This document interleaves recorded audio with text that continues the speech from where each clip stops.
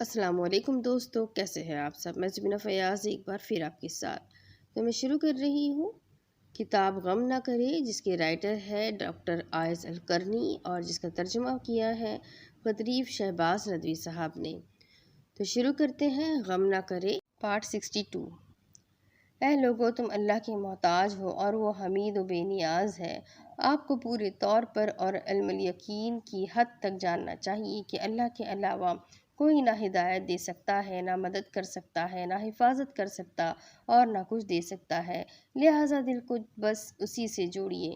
عزت کا مالک وہی ہے، سب اسی کے محتاج ہے، وہ کسی کا محتاج نہیں، کہ ہے ذات واحد عبادت کے لائق، زباں اور دل کی شہادت کے لائق۔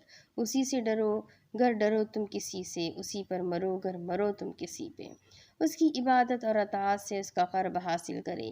اگر اس سے استغفار کریں گے وہ معاف کر دے گا، توبہ کریں گے تو توبہ قبول کرے گا، اس سے مانگیں گے تو دے گا، اس سے رزق چاہیں گے تو روزی دے گا، مدد چاہیں گے تو مدد دے گا، اور اس کا شکر کریں گے تو آپ کو اور زیادہ دے گا۔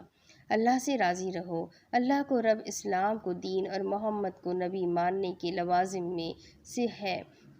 میں سے ہے کہ ہم اللہ کے احکام، اس کی قضاء و قدر اور اچھی بری تقدیر سے راضی رہیں۔ قضاء و قدر میں یہ انتخاب کہ آپ کی خواہشات اور رغبات کو مطابق ہو تو مانیں، اور آپ کی مراد و رجحان کے خلاف ہو تو نہ مانیں، یہ درست نہیں ہے اور یہ بندے کی شان کے خلاف ہے۔ جو لوگ آسانی میں رب سے راضی اور مصیبت میں ناراض ہوتے ہیں، نعمت میں طاعت گزار اور آفت میں نافرمانی کرتے ہیں، اس کا نتیجہ یہ ہوگا۔ اگر انہیں خیر پہنچے تو مطمئن ہوتے ہیں، آزمائش لاحق ہو تو منہ پھیر لیتے ہیں، وہ دنیا و آخرت کے خسارے میں ہیں۔ بعض اعرابی مسلمان ہوتے تھے۔ جب بارش ہوتی، بکریاں دودھ زیادہ دیتی، نباتات اگتی تو وہ کہتے یہ تو اچھا دین ہے، اور فرمانبرداری و اطاعت کرنے لگتے۔ جب دوسری صورت ہوتی کہ قحط پڑتا، سوکھا آ جاتا، مال کم ہوتے، چراگاہ کی قلت ہوتی تو ایڑیوں کے بل پھر جاتے اور دین کو چھوڑ بیٹھتے۔ ان کا دین خواہشات کا دین تھا، ان کے برعکس صاحب ایمان وہ تھے جو بہر صورت راضی تھے۔ انہیں اللہ کی خوشنودی مطلوب تھی، بس اس کا فضل چاہتے تھے۔ بقول شاعر، اے اللہ، ہم نے تجھے رب و خالق مانا ہے، محمد مصطفیٰ صلی اللہ علیہ وسلم کو نور اور ہدایت تسلیم کیا ہے، ہمیں پرواہ نہیں کہ اسلام کی روشنی میں زندگی ملے یا دشمنوں سے مقابلے میں موت آ جائے۔ غلامان محمد جان دینے سے نہیں ڈرتے، یہ سر کٹ جائے یا رہ جائے کچھ پرواہ نہیں کرتے۔ جو بظاہر بندگی کا راستہ اپناتے ہیں، ملت اسلام کی خدمت کا دم بھرتے ہیں، لیکن اس کے تقاضوں و مطالبات کو پورا نہیں کرتے اور بھاگتے ہیں، وہ اس لائق ہے کہ ان کو ہمیشہ کی ذلت اور ابدی خسارہ لاحق ہو۔ ہم نے اسے اپنی آیات دی، وہ ان سے نکل گیا، بس اس کے پیچھے شیطان لگ گیا، وہ گمراہوں میں ہو گیا۔ اور اگر اللہ ان میں کوئی خیر دیکھتا تو انہیں ضرور سنا دیتا، اور اگر انہیں سنا دیتا تو وہ پشت پھیر کر بھاگ جاتے۔ واقعہ یہ ہے کہ دین کا سب سے بڑا دروازہ رضا بقضا ہے۔ اس سے رب کے فرما بردار اس کی ہدایت پر مسرور اور اس کے اطاعت گزار داخل ہوں گے اور اس کا قرب حاصل کر لیں گے۔ نبی کریم صلی اللہ علیہ وسلم نے حنین میں غنیمت تقسیم کی۔ روسائے عرب اور نو مسلم مکہ والوں کی تالیف قلب کے لیے آپ نے زیادہ مال دیا، اور انصار کو ایمان و یقین اور رضا و خیر امین کی جو دولت حاصل تھی اس پر بھروسہ کرتے ہوئے آپ نے انہیں چھوڑ دیا، لیکن اصل مقصود بعض انصاریوں پر منکشف نہ ہو سکا، اس لیے وہ کبیدہ خاطر ہو گئے۔ آپ نے انہیں جمع فرمایا اور معاملے کی وضاحت کی اور بتایا کہ آپ ان کے ساتھ ہیں، ان سے محبت رکھتے ہیں، اور جن کو زیادہ دیا ہے اس لیے دیا ہے کہ ان کے پاس یقین کی دولت کم ہے، مقصد ان کی تالیف قلب ہے۔ آپ صلی اللہ علیہ وسلم نے فرمایا، کیا تم اس پر راضی نہیں کہ دوسرے اونٹ بکری لے کر جائے اور تم اپنے گھر اللہ کے رسول کو لے جاؤ؟ انصار اصل اور قریبی ہے، دوسرے تو اتنے قریب نہیں۔ آپ صلی اللہ علیہ وسلم نے انصار کے حق میں دعا فرمائی، اے اللہ، انصار، ابنائے انصار اور ان کی بیٹوں اور بیٹیوں پر رحم فرما۔ آپ نے فرمایا بخدا اگر لوگ ایک وادی اور گھاٹی میں چلے اور انصار دوسری وادی اور گھاٹی میں چلے تو میں یقیناً انصار کی وادی اور گھاٹی میں چلوں گا۔ آپ کے الفاظ نے اثر کیا، انصار کے دل یقین و مسرت سے بھر گئے، ان پر سکنیت کا نزول ہوا، انہیں اور زیادہ رسول کی رضا حاصل ہوئی۔ جو اللہ کی خوشنودی چاہتے ہیں اور آسمان و زمین جتنی وسعت والی جنت کا شوق رکھتے ہیں، وہ اس عظیم نعمت کے بدلے دنیا اور اس کی آلائشوں کو ترجیح نہیں دے سکتے۔ ایک اعرابی رسول اللہ پر ایمان لایا، آپ نے اسے کچھ مال دیا، بولا یا رسول اللہ اس کے لیے ایمان نہیں لایا ہوں۔ آپ نے دریافت کیا پھر کس کے لیے لائے ہو؟ بولا تاکہ کوئی بھولا بھٹکا تیر میرے حلق میں لگے اور گدی سے نکل جائے، یعنی جہاد فی سبیل اللہ میں شہادت ملے۔ آپ نے فرمایا اگر تم سچے ہو تو اللہ تمہاری آرزو پوری کرے گا۔ چنانچہ جنگ میں وہ شریک ہوا، ایک تیر لگا جو سینے کے پار نکل گیا اور وہ خوش خوش اپنے رب سے جا ملا۔ یہ مال و دولت، دنیا، یہ لذت و پیوند، بتان وہم و گمان، لا الہ الا اللہ۔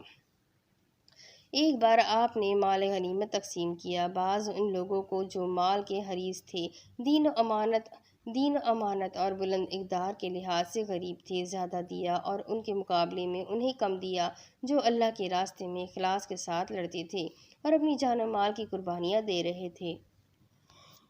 اس کے بعد آپ نے تقریر فرمائی اور معاملے کی وضاحت کر دی کہ کچھ لوگوں کے دلوں میں جزا فضا اور مال کی حرص زیادہ ہے، ان کو میں تالیف قلب کے لیے دے دیتا ہوں، بعض لوگوں کو چھوڑ دیتا ہوں کیونکہ ان کے دل ایمان اور خیر سے سرشار ہے، انہیں میں عمرو بن تغلب ہے۔ یہ بات سن کر عمرو بن تغلب بولے آپ کا یہ جملہ میرے لیے دنیا جہان سے زیادہ قیمتی ہے۔ یہ رضا جوئی اور اللہ و رسول کی غیر مشروط اطاعت و محبت تھی کہ ایک کلمہ دنیا جہاں سے ان کی نظر میں بہتر ٹھہرا۔ اللہ کے رسول صلی اللہ علیہ وسلم صحابہ کرام سے کسی محل، بادشاہت یا باغ وغیرہ کا وعدہ نہیں کرتے تھے، بلکہ جنت کا، اللہ کے اجر و ثواب اور خوشنودی کا وعدہ فرماتے تھے۔ آپ فرماتے جو ایسا کرے گا اسے جنت ملے گی یا وہ جنت میں میرا رفیق ہوگا، کیونکہ ان کی جدوجہد، ان کے جان و مال کی قربانیوں کا بدلہ آخرت کی ابدی نعمتیں ہی ہو سکتی ہے۔ دنیا و ما فیہا ان کی عظیم قربانی سے کیا نسبت رکھتی ہے؟ یہ تو بہت سستی اور گھاٹے کی قیمت ہوتی۔ سنن ترمذی کی حدیث میں ہے کہ حضرت عمر رسول اللہ صلی اللہ علیہ وسلم سے عمرہ کی اجازت لیتے ہیں تو آپ نے فرمایا بھائی اپنی دعاؤں میں ہمیں نہ بھولنا۔ آپ دیکھ رہے ہیں کہ یہ بات کون کہہ رہا ہے؟ رسول خدا امام معصوم، جس کی زبان سے حق بات کے علاوہ کچھ نہیں نکلتا۔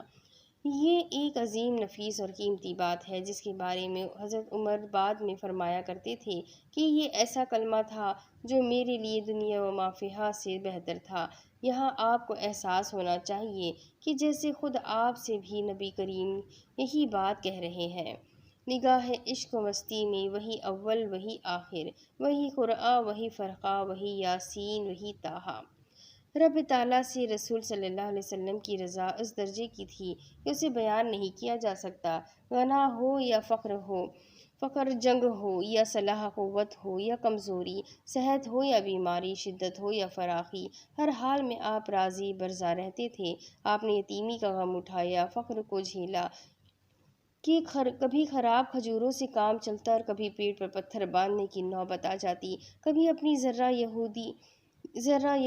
یہودی کی گروی رکھنی پڑتی، موٹی چٹائی پر آپ سوتے جس کا نشان بھی جسم پر اطہر پر پڑ جاتا، 3 دن گھر میں چولہا نہ جلتا پھر بھی کبھی شکوہ زبان پر نہ آتا۔ بڑی بابرکت ہے وہ ذات جو چاہتی تو آپ کو اس سے بہتر سامان زندگی دیتی، ایسے باغات جن کے نیچے سے نہریں بہتی ہو اور محلات مہیا کر دیتی۔ آپ اس وقت بھی راضی برضا تھے جب میدان جنگ میں نکلنا پڑا، آپ اکیلے ایک طرف اور پوری دنیا مقابلے میں کھڑی تھی، اپنے لاؤ لشکروں، کیل کاٹوں اور عشرت کے سامانوں اور استکبار کے ساتھ آپ کے خلاف صف آرا تھی۔ جب آپ کے پیارے چچا اور پیاری بیوی خدیجہ دونوں وفات پا گئے، عام الحزن آ گیا، آپ کی تکذیب اور ایذا رسانی میں شدت آ گئی۔ اس وقت بھی راضی تھے جب آپ کی عزت کو چوٹ پہنچائی گئی۔ آپ کو ساحر، قذاب، کاہن، مجنون اور شاعر کہا گیا۔ آپ کو اس پر بھی کوئی شکوہ نہ ہوا جب مکہ سے آپ کو نکال دیا گیا، جو آپ کو بے حد محبوب تھا، جہاں آپ کا لڑکپن اور آپ کی نوجوانی گزری تھی۔ ہجرت کرتے وقت آپ اس کی طرف مڑ مڑ کر دیکھتے، آنسو جاری تھے اور فرما رہے تھے، اے مکہ، تو زمین میں مجھے سب سے زیادہ پسند ہے۔ تیرے رہنے والے مجھے یہاں سے نہ نکالتے تو میں نہ نکلتا۔ جب آپ طائف گئے، ان بدبختوں کو دعوت دین دی تو انہوں نے برا جواب دیا، پتھر پھینکے، آپ کے پیروں سے خون بہنے لگا، لیکن آپ راضی برضا رہے۔ مکہ چھوڑ کر مدینہ جانا پڑا، آپ کا پیچھا کیا گیا، راستے بند کیے گئے، میدان احد میں آپ زخمی ہوئے، آپ کے دندان مبارک ٹوٹے، پیارے چچا کا ظالمانہ قتل ہوا، بہت سے صحابی شہید ہوئے اور لشکر اسلام شکست سے دوچار ہوا، لیکن آپ کی شجاعت قابل دید تھی کہ فرمایا، لوگو صفیں باندھو، آؤ اللہ کی حمد و ثنا کریں۔ منافقین، یہود اور مشرکین سب نے آپ کے خلاف گٹھ جوڑ کیا، لیکن آپ چٹان کی طرح اپنے موقف پر جمے رہے۔ اس کا بدلہ تھا کہ اللہ نے فرمایا، تیرا رب عنقریب ہی تجھ کو وہ دے گا جس سے تم راضی ہو جاؤ گے۔ اب اس کے آگے کی کتاب میں آپ کو اگلے ویڈیو میں پڑھ کر سناتی ہوں کہ اس میں کیا لکھا ہے۔ بہت ہی زبردست، بہت ہی خوبصورت کتاب ہے، جتنی تعریف کی جائے کم ہے، بہت ہی ہارٹ ٹچنگ بھی ہے۔ بس آپ لوگ اس کتاب کو شیئر کریں، چینل کو سبسکرائب کریں، ویڈیو کو لائک کریں، اور اگر کتاب پسند آ رہی ہے تو اسے شیئر ضرور کریں۔ تو مجھے اپنی دعاؤں میں یاد رکھیں۔ ملتے ہیں اگلے ویڈیو میں، تب تک کے لیے اپنا خوب سارا خیال رکھیں۔ اللہ حافظ۔